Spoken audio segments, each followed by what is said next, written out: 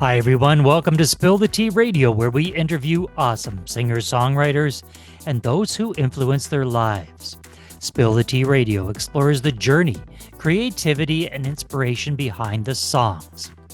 My next guest is a singer, songwriter, and passionate music lover who aims to connect listeners through her emotional songwriting and storytelling. Born and raised in Cape Breton Island, she now makes Ottawa, Ontario, her home, away from home, where she teams up with other talented musicians. She has been influenced by many different genres of music, such as country, Celtic, rock, and blues. So, let's spill the tea with Holly Gillis. Welcome, Holly. Thanks for having me, David.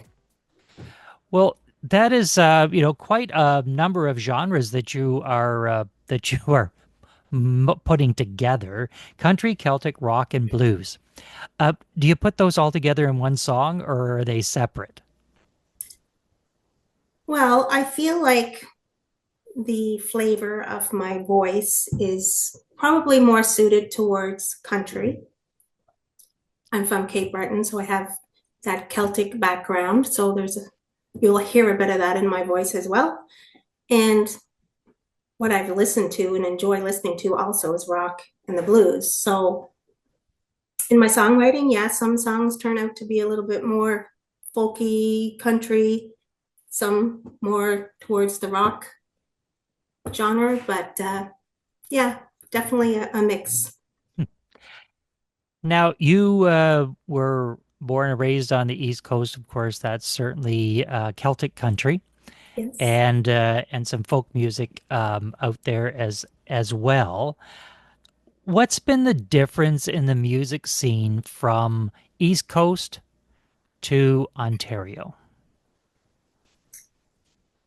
Definitely not as much of the music that I grew up with around here. The fiddle and the piano is what I grew up listening to. My mom played the piano and the fiddle. And I come from a community that was, so many talented singers, songwriters, musicians. So the type of music, the dancing, the Kayleys, the parties that we had were much different than that I've gotten used to here.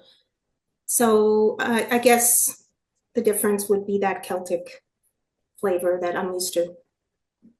Now, the Kaylee, is that the kitchen party? Yes.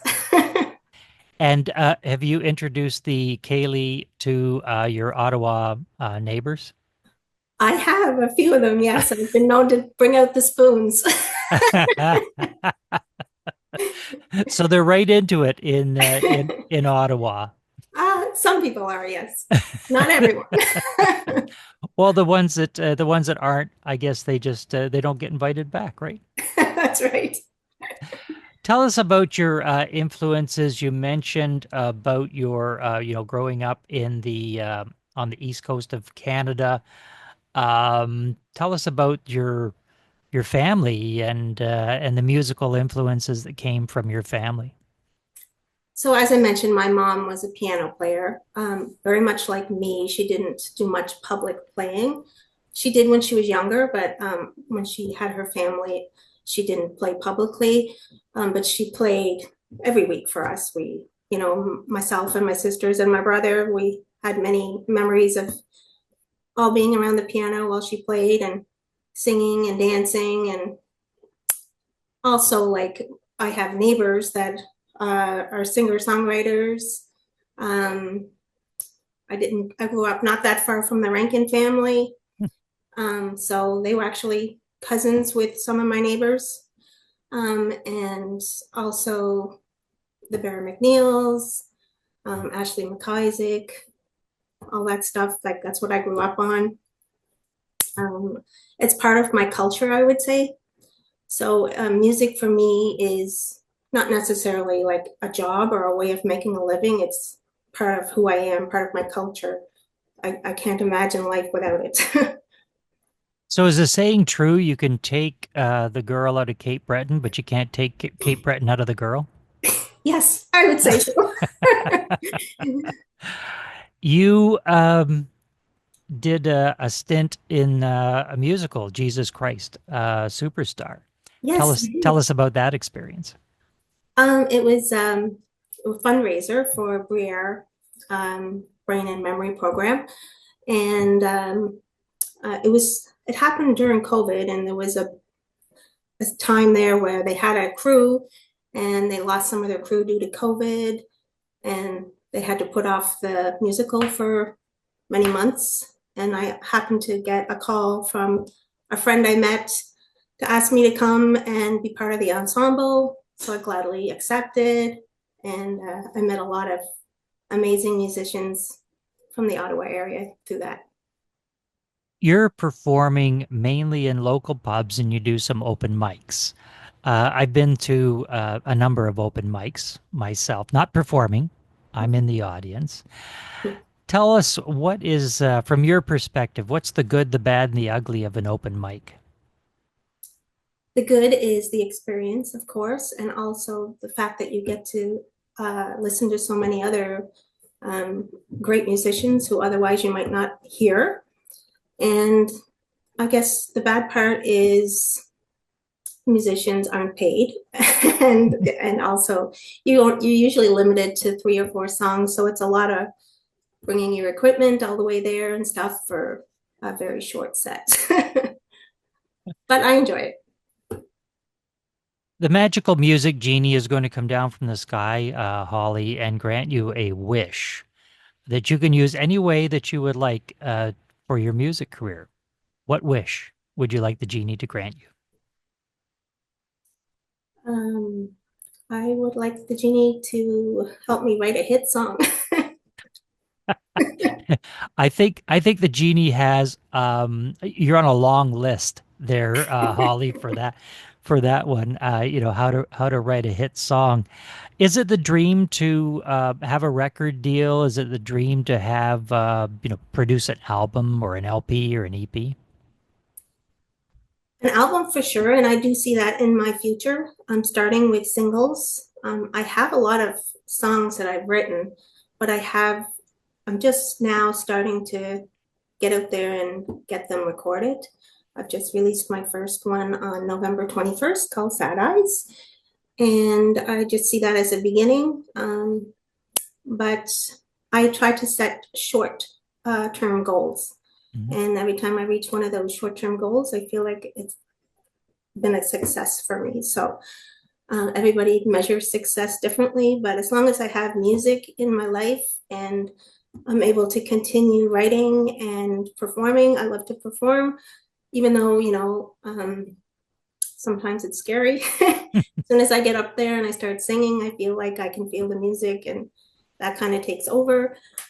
But long term, as long as I can just keep doing what I love and see where it goes.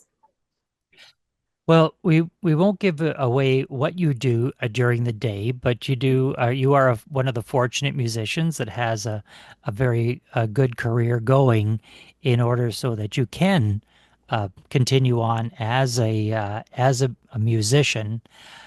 Uh, what is the what's holding you back from throwing it all to the wind and saying, "I'm going to do this"? What's holding you back? Um, Nothing is holding me back. I plan on giving it everything I've got. Um, it's just that I'm just kind of starting to get back into it where I did music and wrote some music and played guitar and performed a little bit when I was younger. And my life moved a lot. This has been the longest I've lived in one place in a very long time. I've been here for 14 years now. So I've been able to meet a lot of other musicians and people with similar interests to me. So I feel like that's, you know, going to take me. I don't know where I'm going to go, but that's where I'm starting, and I'm just going to keep pushing and do as much as I can to get my music out there. Do you find that the adage "birds of a feather flock together. Do you find yourself hanging out more with musicians now rather than other people? And if you do, how does that influence your musical career? I would say most of my friends here are musicians, probably 90% of them. um, it definitely influences me. It helps me build confidence in myself. And, I've met the person that's on the song that you're going to play, um, Raymond Elderboom, better known as Sunny Ray. Mhm. um, he is someone I met here through my music, and he's helped me. He's basically a friend, a mentor, and a producer all in one. And without him, I don't know if I would have had the confidence to release my music, but he's taken an interest in my songwriting. And so I feel like someone of his talent, if he thinks it's good enough, maybe it is. Well, Sunny Ray certainly has a number of songs to his credit for sure, and with some good luck, you're going to get him on the show at some point in the future as well. We left him out of this one because we wanted it to be all about Holly today. Holly, who are your musical influences? If we look at the big stage and the big music performers that are out there at the moment or in the recent past, who would be your influences? So like the big stage, I guess, some of like Bonnie Raitt, Hmm. um, Reba McEntire, Emmylou Harris, um, and then like also like I have influences in Celtic, like the Rankin family, um, that kind of genre, and also like I grew up listening to the Rolling Stones, so like I'm all over the place. So there's not many types of music that I don't enjoy. So, but yeah, I would say probably more towards Bonnie Raitt, Reba McEntire's, Emmylou Harris, and some other country, Ashley McBride. Let's get into one of the songs that Holly wrote. Let's take a listen to singer-songwriter Holly and her song Sack Eyes. For the first time in a while, she's winning. No one ever leaves a heart behind. She looks into the dark for direction. Suddenly, it answers an old friend.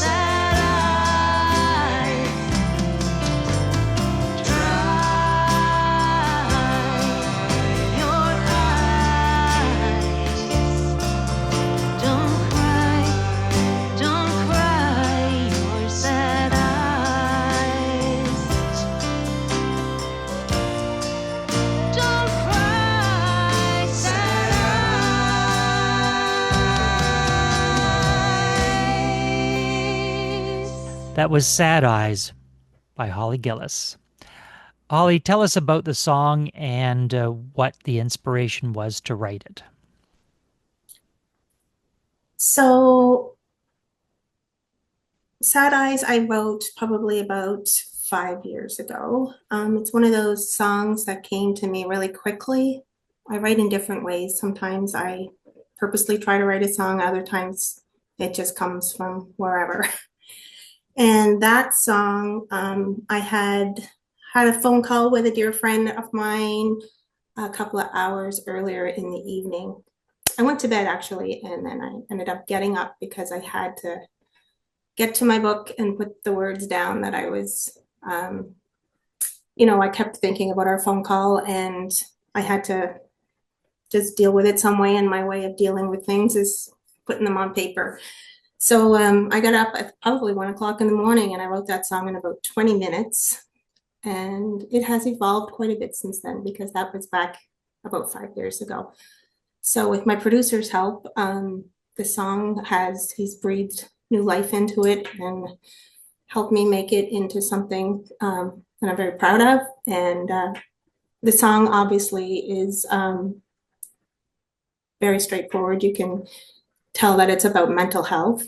So I guess I just wanted to put to music the way I was feeling about our conversation, and that's just my way of dealing with things and putting them into perspective. Hopefully other people can identify with it and appreciate it. Holly, how do people find out more about you and your music? What's the website, socials, and streaming platforms? You can follow me on Facebook under Holly's Music. And also my website is hollygilliscox.com. And also you can find my music on Spotify under Holly Gillis Cox, and YouTube, as well as Apple Music and iTunes and all that stuff. And Holly's Music is HOLLY''S, correct? Yes, that's right. Well, you've been in conversation with Holly Gillis. Holly, thanks for being with us. Thanks so much.